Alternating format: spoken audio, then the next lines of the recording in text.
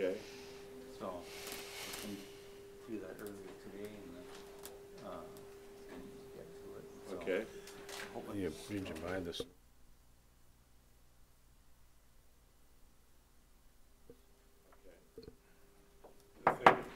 Good evening. I'll now call the City of Cannon Falls City Council meeting for Tuesday, March the 20th to order. Roll call, please. Councilmember Abady? Here. Altoff? Here.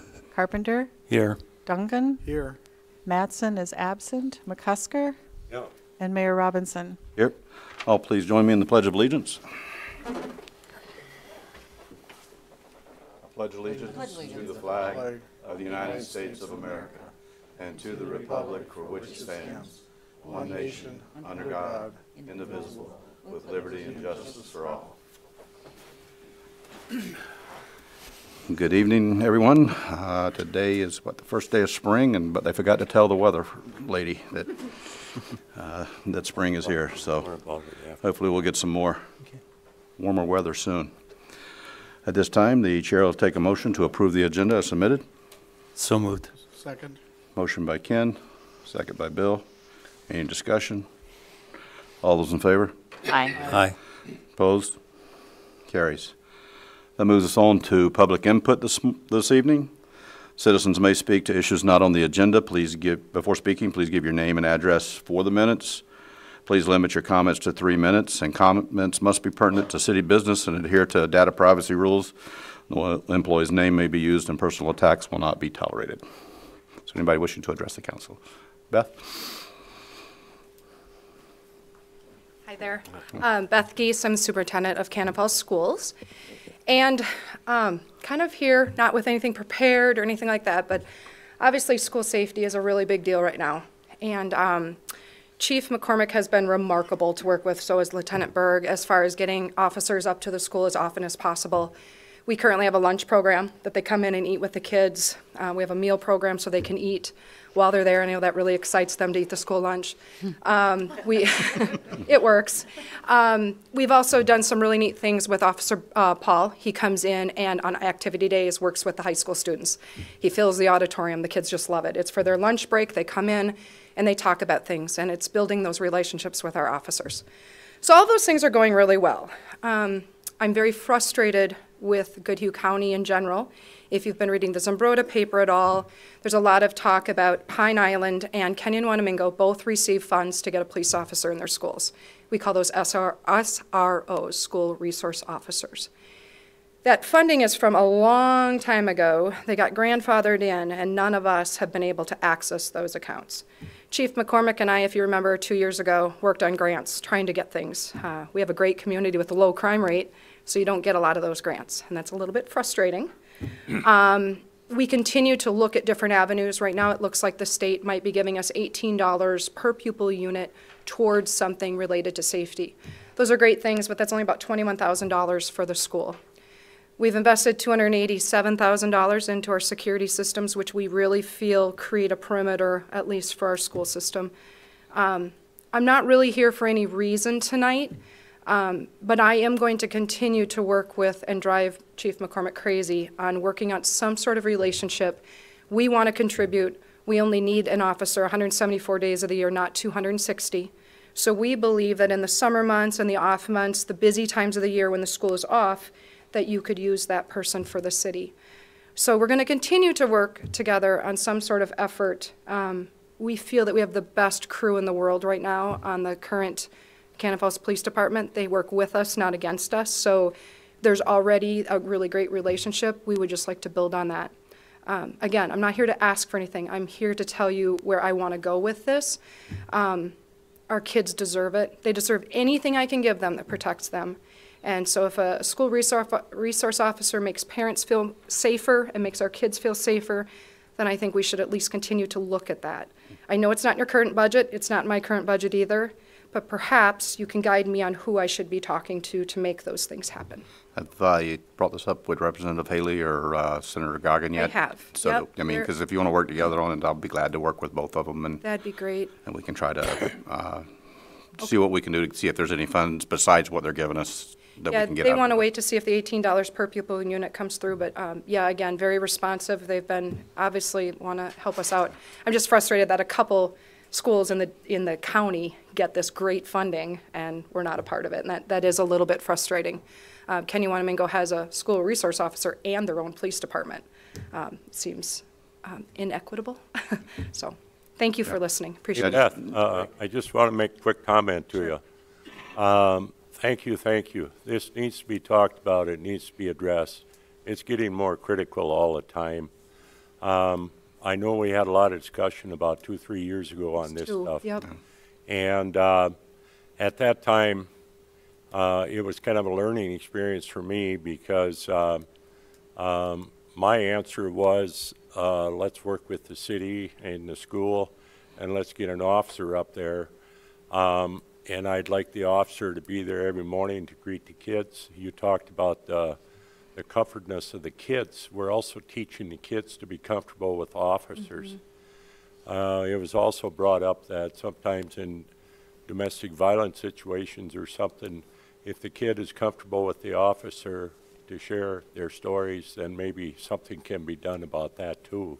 Right. So what was amazing to me at the time was the fact that I got brought up to me, is it a good thing to have a police officer at school?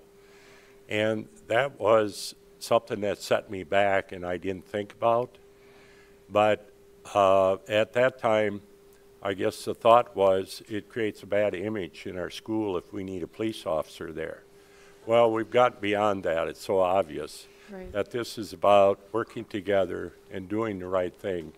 And please keep our police and our police commission informed, because I do believe this is a city and a school issue, and we need to work together on how to make this work. I even believe that it takes a special person to be that officer up there. It takes somebody that really wants to relate to kids and can relate to kids. So I don't think it's just as simple as putting an officer either.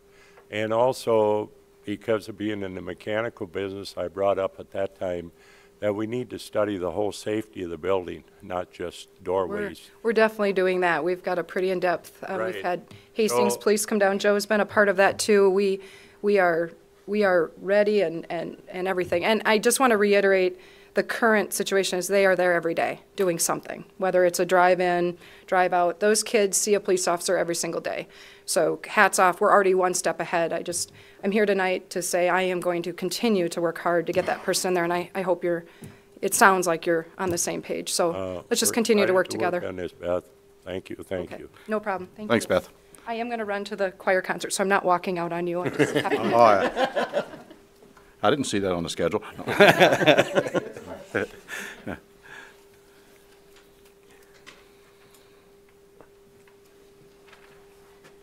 Hey there, I'm Jeff Kesey. My address is 7939 292nd Street East. I'm in Randolph.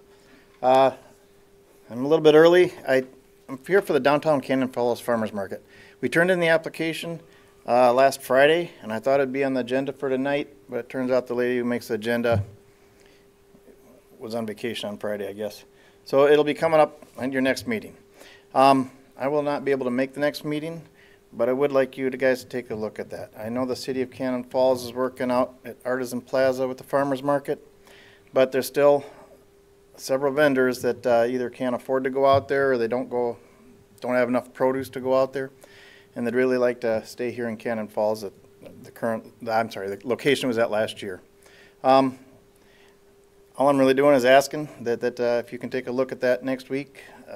We had a meeting the other day. There was about 7 individuals, and there was still a few that couldn't make the meeting that I talked to. So, big thing we asked for is go down there Saturdays from 7 a.m. to noon, and then I know like Joseph's and Sweet Corn, and maybe 1 or 2 other vendors. They like to vend during the week, during the summer, down in the city parking lot.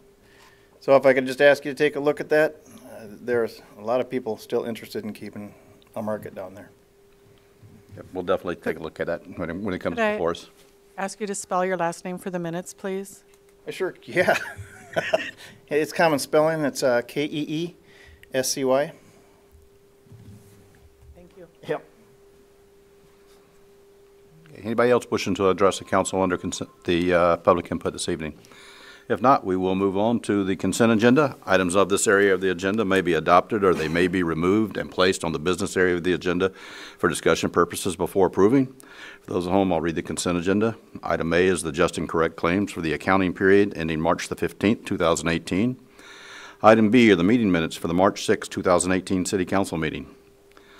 Item C is a second reading and adoption of Ordinance 358 and approved summary publication of Ordinance amending Chapter 52 of the Cannon Falls City Code Water Service concerning non-essential water usage.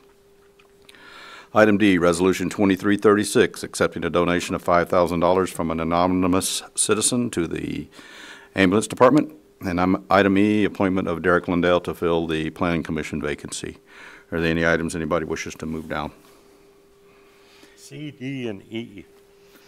C, D, and E. C will become item 7C. D will become item 7D. And 6 will become item 6E. Or 7E. 7. Is there anything else? If not, minus items C, D, and E, Chair will take a motion to approve the consent agenda as submitted. So moved. Second. Motion by Ken, second by John. All those in favor? Aye. Opposed? Carries.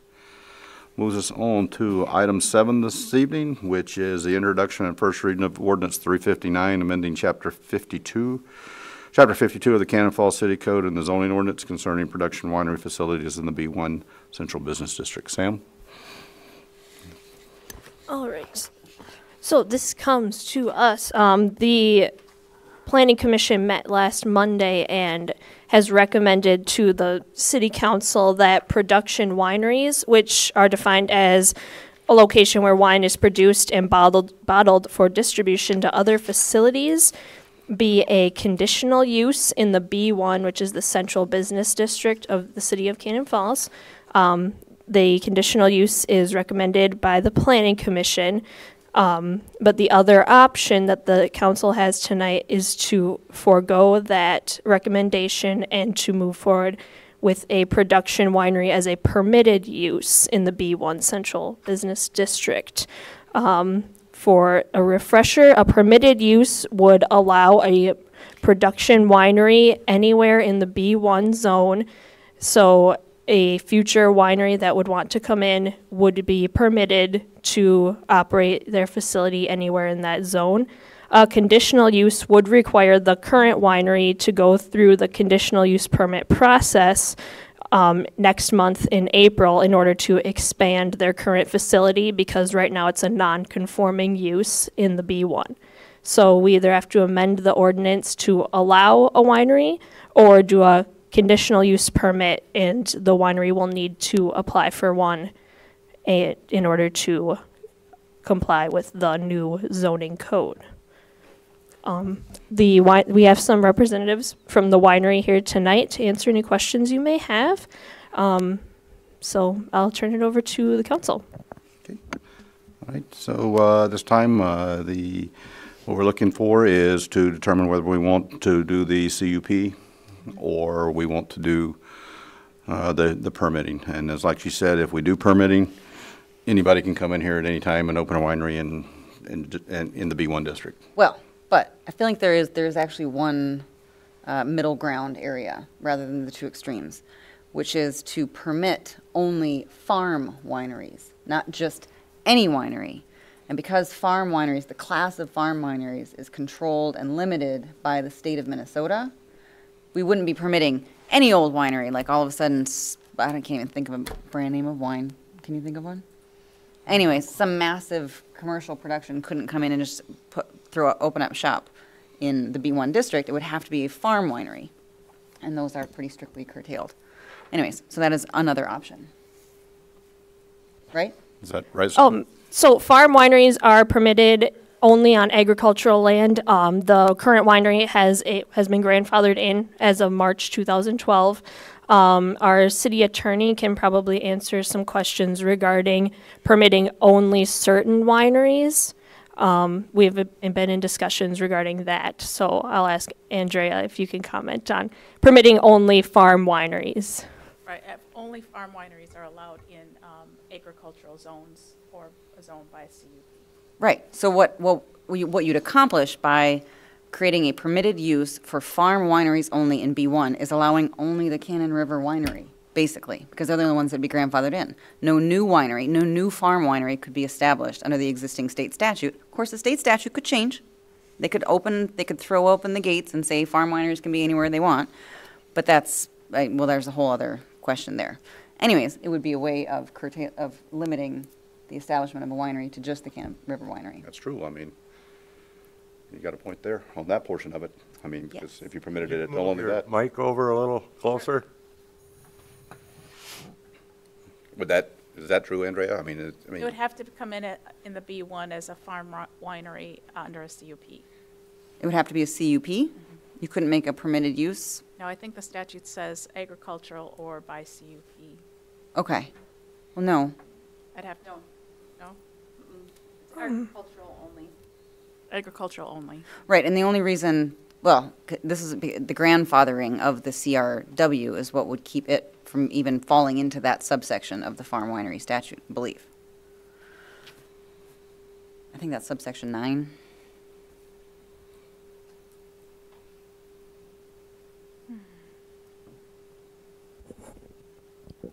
Anyways. So I guess that's kind of 3 But options. if we only allowed farm wineries, we're essentially only allowing the Cannon River Winery to operate in Cannon Falls, and which would essentially allow nobody else to come in, No, which, well, that's not true either, though. It's saying that that would be the only permitted use in that zone. Any other winery could come in and request a conditional use permit. They could come in but they wouldn't be a farm winery because Exactly.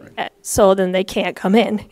If you're not a farm winery, you can't come in, and farm wineries are only from March 2012. So nobody else can become a farm winery and be in the city limits. Right, because state statute says that. Yes. Yeah. I mean, at this point. So, I mean, at this point, I mean, we're defeating the purpose if because they're the only ones that can be here by what the statute says, and if we permitted it for just only the farm winery. We need to hear your comment on this. It is correct. It is only allowed in the agricultural zone. Okay? Okay, So they finish. could only come in if we did a conditional, the option here to set a conditional use permit would be the only way they could come in. When you mean they, you mean another winery? Another winery. Right. Another winery would have to start from scratch, basically, with permitting. Yeah. Right. And that's kind of what we're saying, well, that's kind of. Well, our based intent off the right statute, I mean, the only way that they can operate anyway is on their vineyard. now. A farm winery, Right. yes, Yes. right. A farm winery. And that's correct. basically what we've got here. So the convenience of this would be, we would allow the Cannon River Winery to do what it wants to do in the place that we've already indicated we're in favor of them doing what they're saying they want to do. But we would not be throwing open the gates for every other winery of any kind under the sun, but which is what a permitted use would do. Anybody can just throw up incense in another building, without having to make the winery do a conditional use permit, meaning they'd have to come back and have multiple hearings, right? There's just a lot more administration to a conditional use permit than a permitted use. So it would give us the convenience without throwing the doors wide open for any winery in the world. That's my proposal. I agree. Okay.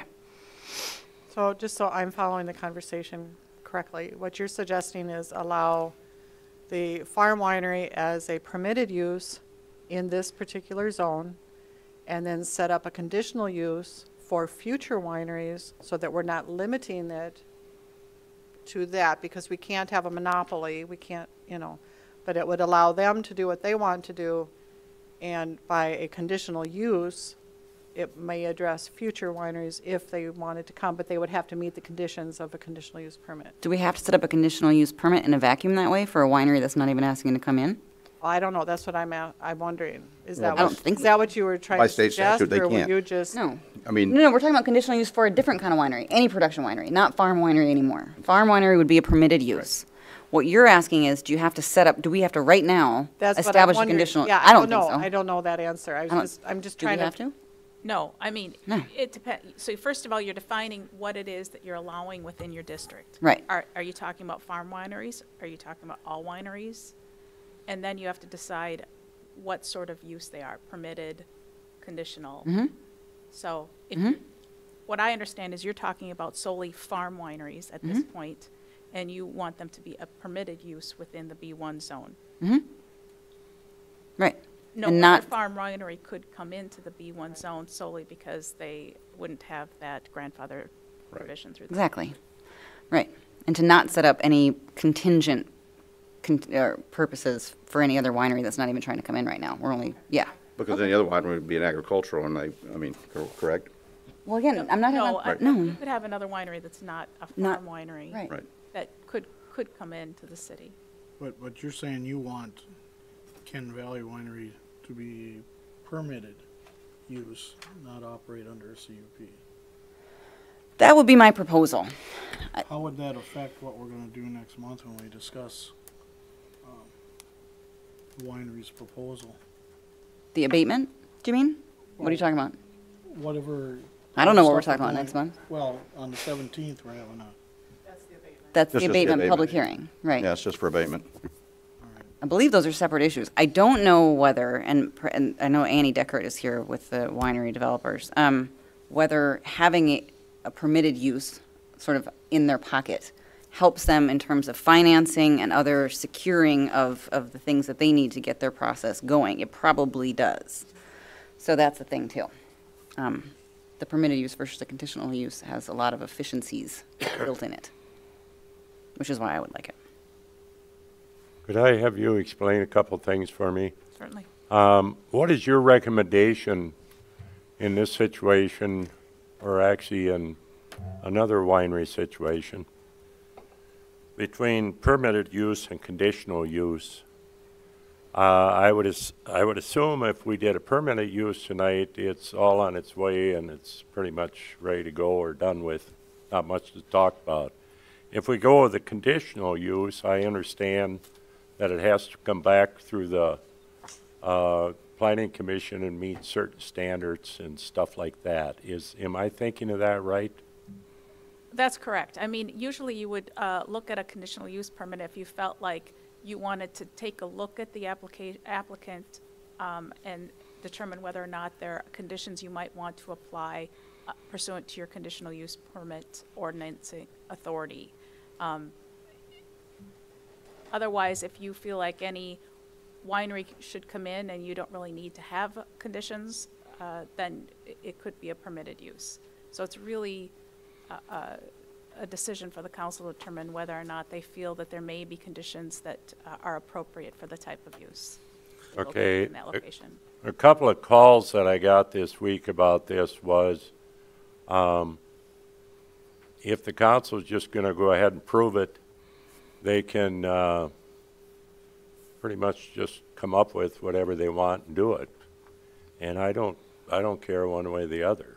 The other concerns that I had from the citizens is are they going to meet our other standards with our looks of the building, how you enter the building, the safety of the building?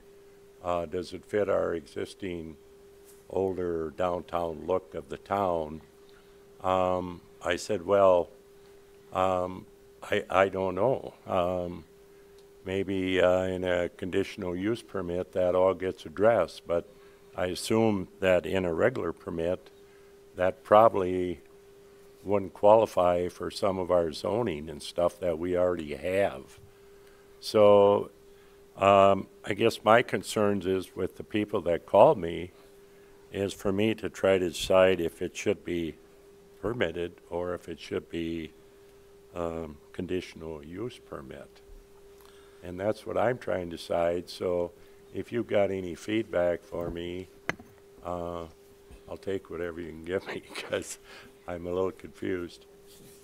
That's fine, yeah.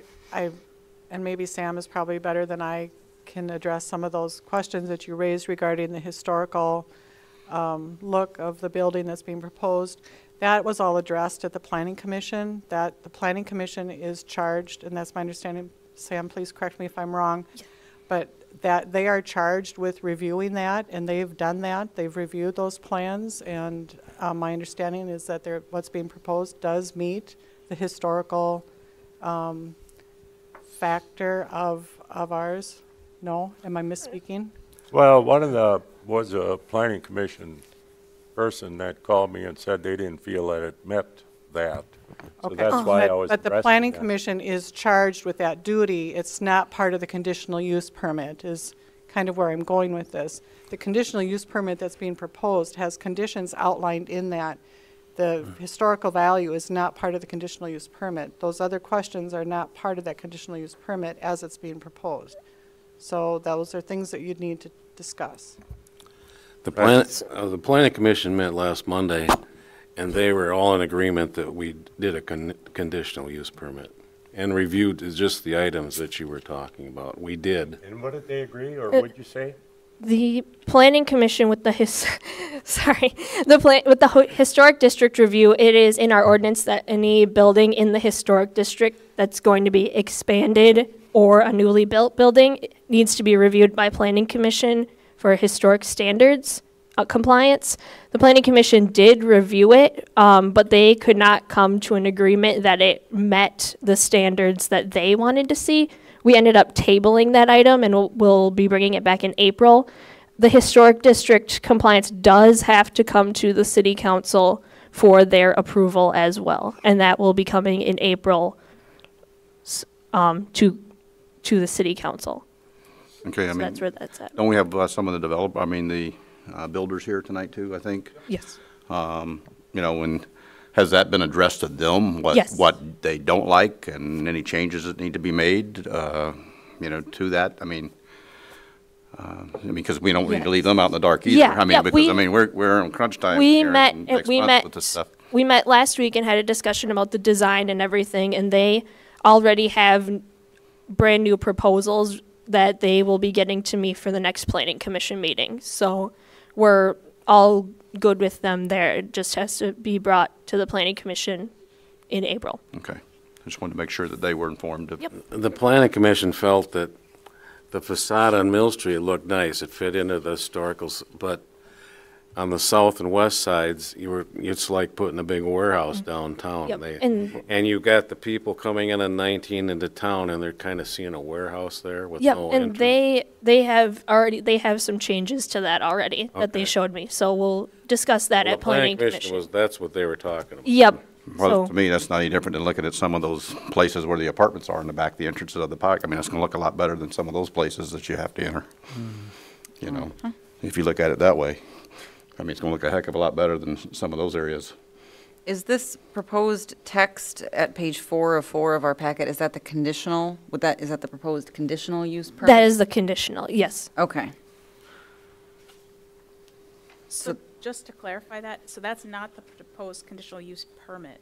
I mean, the ordinance, the Yes. amendment Right. to the ordinance. Right. And that dovetails with the other requirements that are found in your standard conditional use permit Okay. provisions. Right, so the conditions, I see, all right.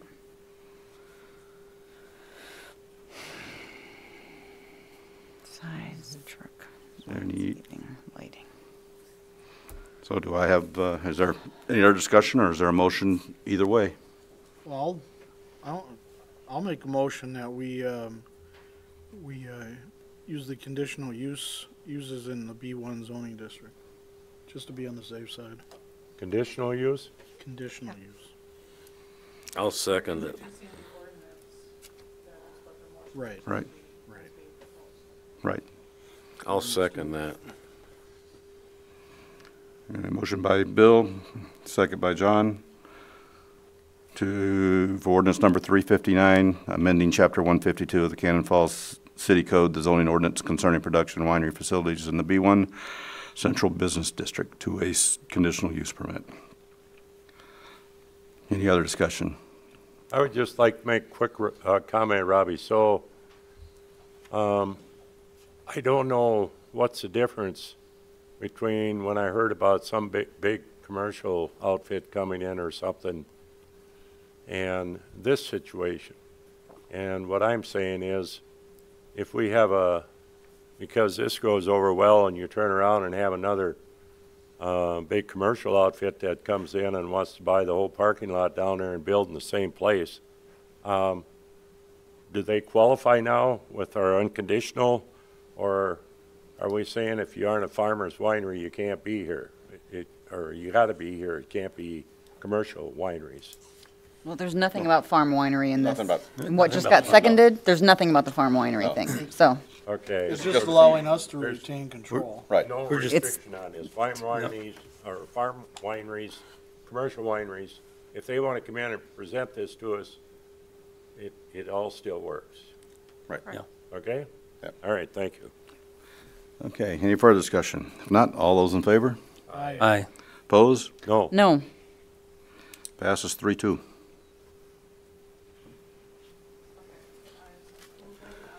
Okay, well, there's still roll call. Okay. I voted aye. I voted no.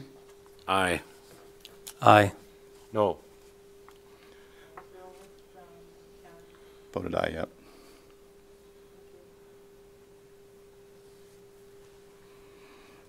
Okay. Right. That moves us on to item 7B, which is the Personnel Committee recommendation for filling the vacancies. The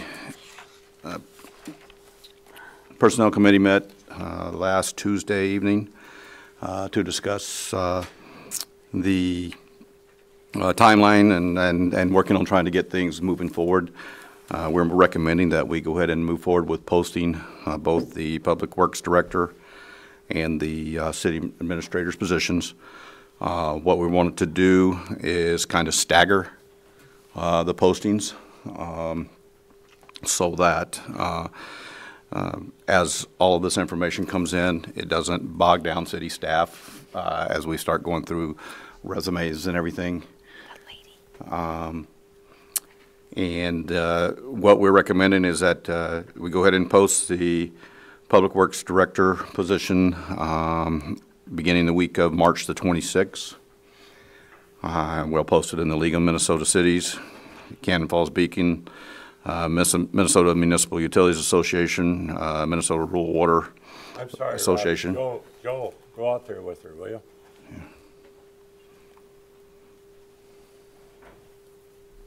It's just a little old lady. Okay. You lock out? No, there was someone who wandered out. Oh. Did she go out or? Okay. Right. So anyway, just to go back to that, we're looking at placing the advertisement for Public Works Director beginning the week of March the 26th.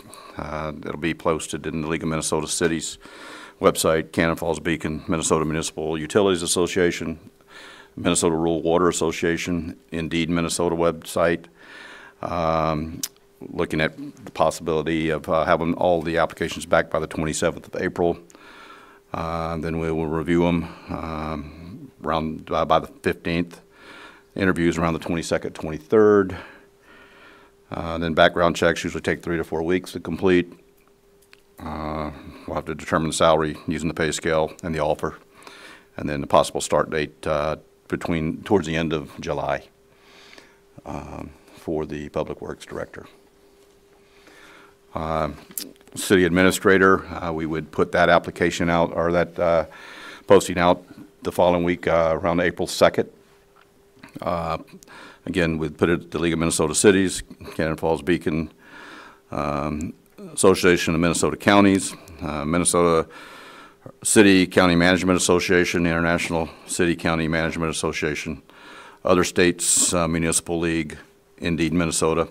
Have those applications back to us by around the 18th of May. Review them by the 4th of June. Interviews somewhere around the 12th through the 13th of June. Background checks 3 to 4 weeks. Once we decide on a candidate, determine the salary, and then possible start date, end of August, beginning of September timeframe. With the city administrator, I know Leroy, there's been talk about one of our current personnel getting a interview, and the Personnel Committee also recommended that with the city administrator, we would go ahead and post it, but we would offer that person an interview once we start interviews. Actually, for both positions, if anybody on staff were to apply, they'd be guaranteed an interview.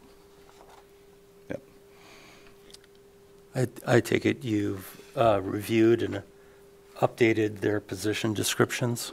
We've looked at all of those based off of what we've got, because, we just spent a lot of money with Springstead. And we pulled some of the job descriptions from other cities of our size and larger, and they all pretty much say about the same thing. And so we're going to use what we've got at this time as we're going forward for the posting. Okay. Would that also include, and this is mostly for the city administrator position,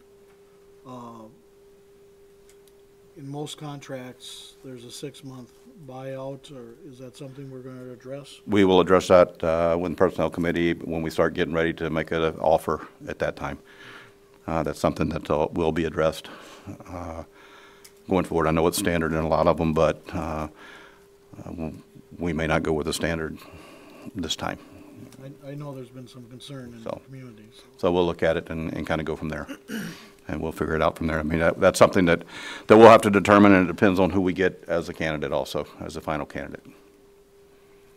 So We've kind of used, like Robbie says, a general application, but we've, tweaked with it. And I've certainly got my own questions to ask each one, so I think, we'll have to dig deep into that. yeah, Do and we have- do we have our people sign their job descriptions? do we? Does a person sign their job description when they're hired at the city? Okay. Just checking. Okay. So with that, Chair will take a motion to proceed with the posting of the hiring for the Public Works Director and the City Administrator based off of the timeline provided by staff. So moved. I'll second. Okay, have a motion by Cedar, second by Bill. Any further discussion? Could I just make a few comments, Robbie? Sure. The one thing that's happened through this is two calls that I made. One was to Linnell and one was to Dave, where both of them are at as far as moving into the city administrator. I also had a couple people call me and asked if there's any chance somebody locally, if they could fit in and make it work. And because of them questions, I told them that I'm sure this all has to be posted. It all has to go through a routine, and there's all the hoops that got to be jumped through.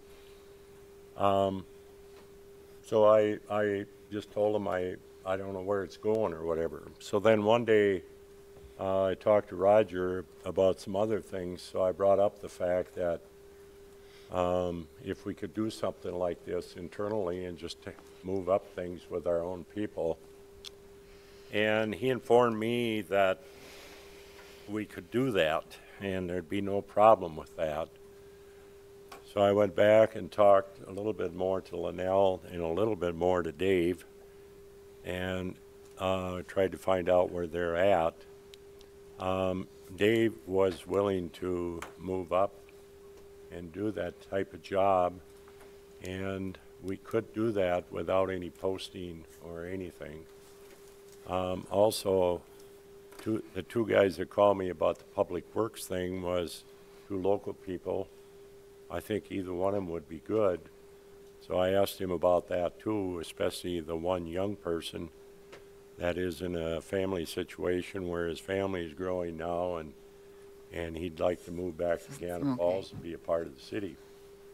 And he would really be excellent on the public works. So I asked if we could just take both these people and put them in a 6-month evaluation period and not even have to post it.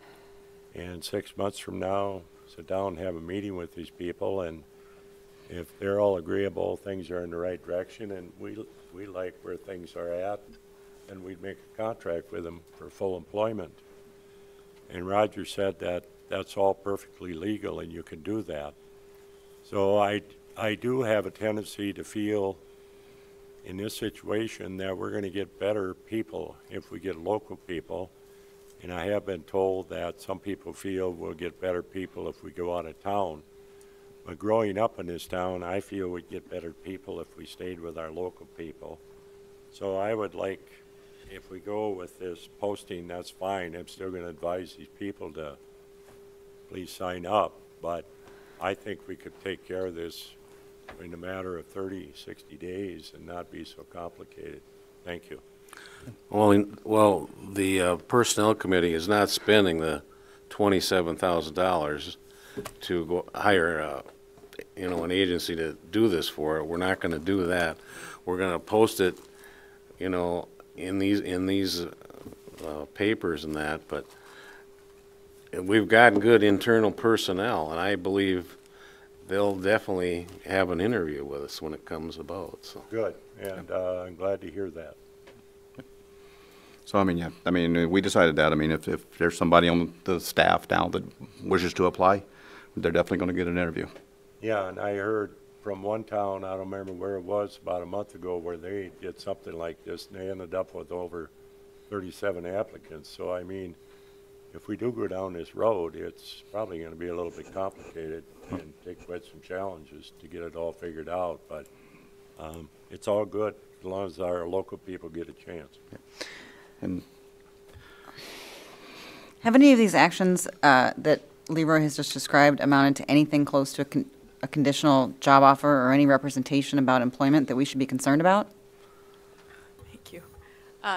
No, because he can't act on his own. It has to be an action by the city council. Okay. Okay.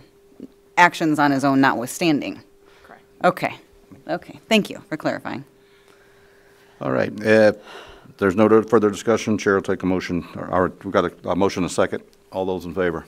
Aye. Aye. Opposed? Carries.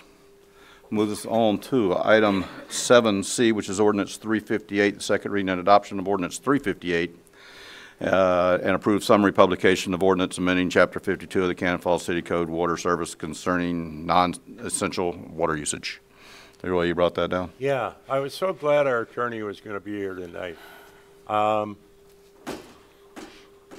you read any of this stuff that's on the paper about this water thing? Have you been informed of any of that? Within the city or? Well, what concerns me is if I sit down and read this whole thing, and I've worked with water and worked with wells and been in the mechanical business for 50 years, and this whole thing with the state of Minnesota states to me that they're worried about we're going to have a water shortage or something. And when I read all this, it really freaks me out because we do not have a water shortage in Minnesota. We are the water capital of the United States. The other thing I can tell you is that working with wells and artesian wells and all this stuff over the years, our water table has dropped probably about 2 feet in the last 50 years from when I started working in it. And if you take Arizona and Florida, Arizona alone has dropped 18 feet. So we don't have a problem with having enough water. What we have a problem is in Minnesota is we have a problem with different bacteria that are growing now and taking care of the well water we got and pollution and stuff like that.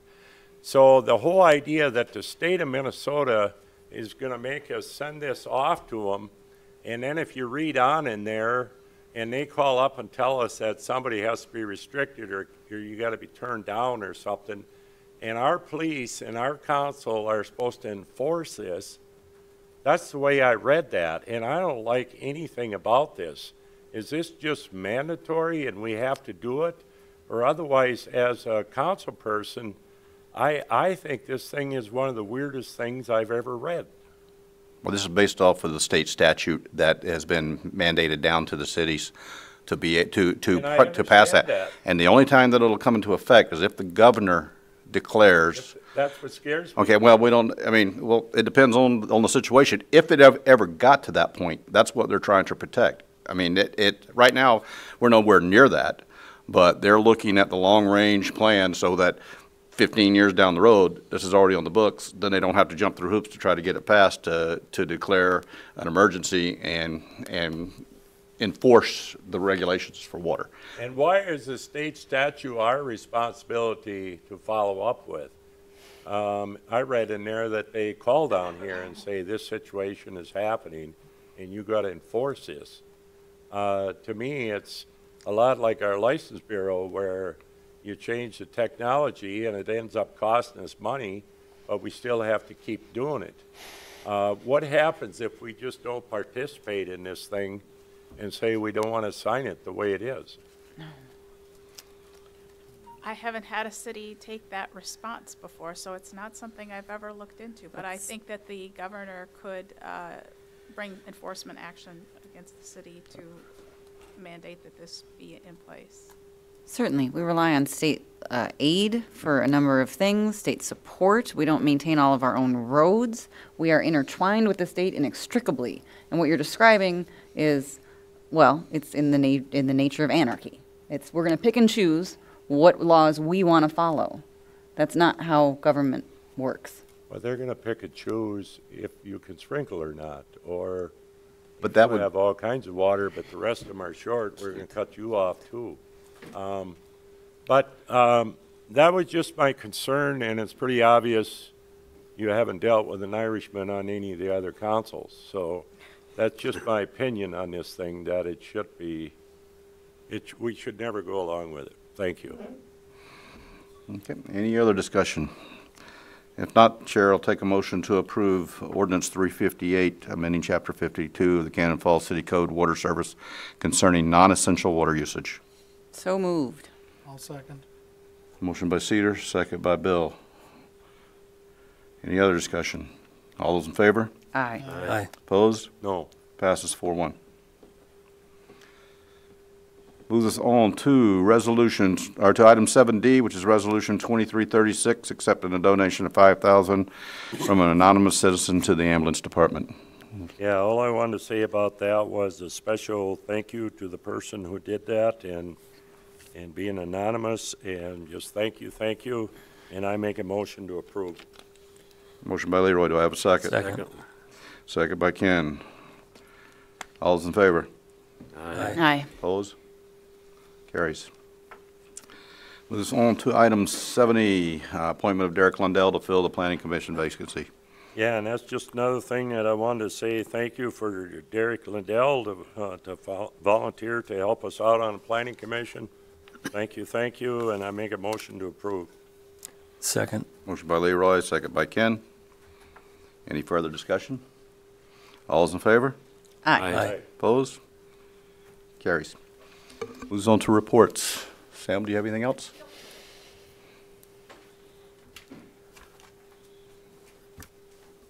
It won't bite. Well, no, One bit is. the thing fell off. So I just want to let you know some things going on at the library coming up. This Thursday, we have the Textile Center coming to the library at 5:30 to do Japanese water marbling it's suminagashi. So if anybody wants to learn that kind of craft, please come to the library at 5:30. On Saturday at 10:30, Angie is going to be teaching people how to make paper baskets for putting some candy in for Easter. So we are taking sign-ups so that we have the proper amount of supplies ready. So please stop by the library or call us if you haven't signed up and you're interested. This is for all ages. Currently, we've got mostly kids registered, but it's for adults too. So adults, don't be afraid. Please come join us. And of course, we have book club next Monday and our story times on Mondays and Tuesdays. And then next Saturday on the 31st, the Audubon Society will be coming and doing a birding basics outside from 10 to 11:30. So that's a library program that is partially in the library and partially outside. So please join us for that. And then it'll be April, and I don't have that calendar in front of me. Thanks, Nicole. Thanks, Nicole. Wes? I don't really have much. I guess we are starting to do a little pothole repair just with cold mix. We're not going to get too carried away right now just because it still could snow and it does peel up once we plow again if we have to. So I guess we're working on that just a little bit, the major potholes. Other than that, that's about it. Thanks. Thank you. Just like to thank Beth for her appreciation with the relationship that we have with the school. It's been a year and a half. We've been looking to update their plan, seeing things that we see at the school that they could do, and just working on their controlled access. And as you know, if you go to the school, when school's in session, you're not just walking in any door. So what's nice about what they have is, you know, they see who comes in that front door, and so we're continuing to work on that with them, and looking to do kind of a dual training on training every teacher on what more things they can do when things don't go good at the school. So we got spring break next week, so school will be out. Anybody that's going out of town, feel free to let us know so we can do an extra patrol on your house. We also posted some tips on Facebook for what you can do to keep your house not such a target for potential criminal activity. So thank you.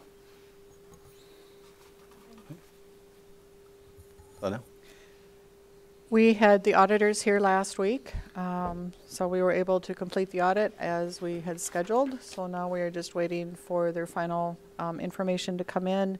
Once that is done, then we will get the final audit prepared, and then we'll set a time for the auditors to come in and make their annual presentation. So we were pleased. They were actually done in 3 days, so that's one of the shortest times we've had them here. Things went very smoothly. So I'm glad to report that. Also, just to let you know that I will be attending a conference the rest of this week. It's the Minnesota Clerks and Finance Officers Association. I will be checking my emails and text messages as needed, but I will be out of the office. So, Thanks, Lana. Bill? I have nothing. Peter? I have some exciting news to report about improvements to our visual appeal in downtown Cannon Falls. Well, it snowed today, but it's technically the first day of spring. But think ahead to our Christmas season. So we're familiar with the wreaths that we've had in the past, right? This year, we're going to alternate wreath, and they're about 3 feet wide, right, with a cool white light. We're going to alternate a wreath with a 3.5-foot snowflake with also cool white lights. So it's going to be, right, because we have about half the wreaths are still in pretty good condition, and the other half are kind of getting a little ratty. So we're going to transition our way out that way, but make the most of what we have on hand. And we were able to take advantage of some good seasonal pricing and free delivery, those sorts of things. This is the time of year to buy such decor. So we're pleased to have that in place. The Department of Public Works authorized that tonight. Another thing that we did, you'll look for, I see the hardware is mounted downtown on the poles now for the banners that will be put into place by the Cannon Arts Board, and that we can also, as a city, use for banners if we choose to later on. So I think I saw new hardware. So look for those. Those will be brightly colored. I think they'll look really nice. And then for summertime, I know the Chamber has identified their new vendor for the flowers, and they're already blooming, I am told. And so we have that worked out for our watering and keeping them looking beautiful all summer long. So we have all year covered, hopefully. Let's see, there were some issues this weekend with some complaints regarding parking around the brewery site. There were a couple things we could have communicated better. So at the last Public Works meeting, we determined to create 5 or 6 new angled parking spots in front of the brewery.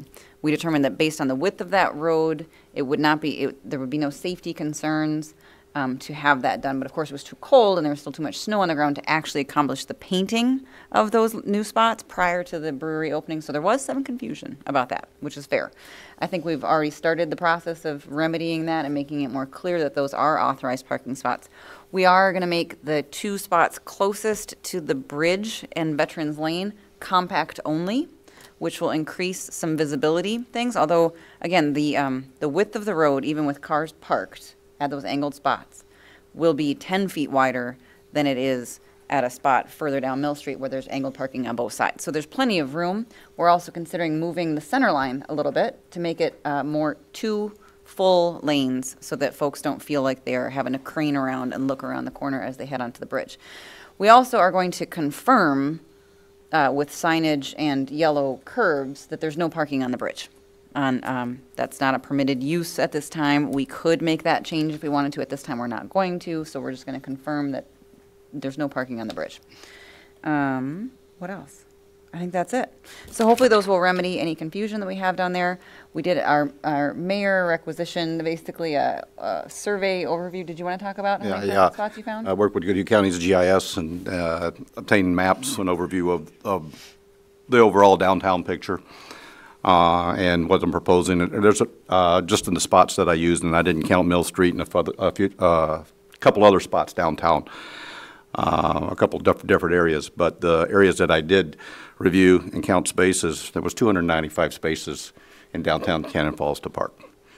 And minimum, basically. And that's just minimum. I mean, there are more, but there's 295 spots, and that's not including the area where the winery's proposing to expand. I did not count the ones on Mill Street over in front of the winery or the brewery, any of those spots.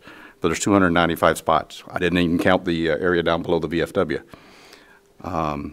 And still came up with 295 spots. Right, and so the plan is to identify those areas with the very recognizable the big P parking thing, create a digital image of that, share that digital image that directs folks to authorized parking places in Cannon Falls with businesses and the chamber and on the city website, so folks can easily access where is, viable parking in Cannon Falls. I mean, that way, if they know where they can park, then it'll make it a lot easier when they get ready to go places. Mm-hmm. I mean, if you look at a map of downtown Minneapolis or any place like that, and you go to any type of Google map, they're all over the place. So there's a lot of P's on there, and you have to walk there too. So, but I feel that's one way to try to help identify the parking areas, so we can try to keep everybody out of trouble and parking in the wrong spots. And that's all I have. Okay. Thank you. No. Leroy? No. Well, wait. Anyway, I just need to inform my council members and colleagues here that I ended up with some health issues that I did plan on. So I'll keep you guys informed where I'm at and what's happening and if I can continue being on the council or not. But I am having some health issues right now. Thank you. Okay. And I also want to say to Wes and to Linnell, I can't get over how much better it is when I have to call down here now to take care of things. So thank you guys for doing a wonderful job of picking up the slack for us till we get new administrators and stuff. It is just so much appreciated. Thank you. Ken? I have nothing. And enjoy spring if it ever gets here. This time, Chair will take a motion to adjourn. So moved. Second.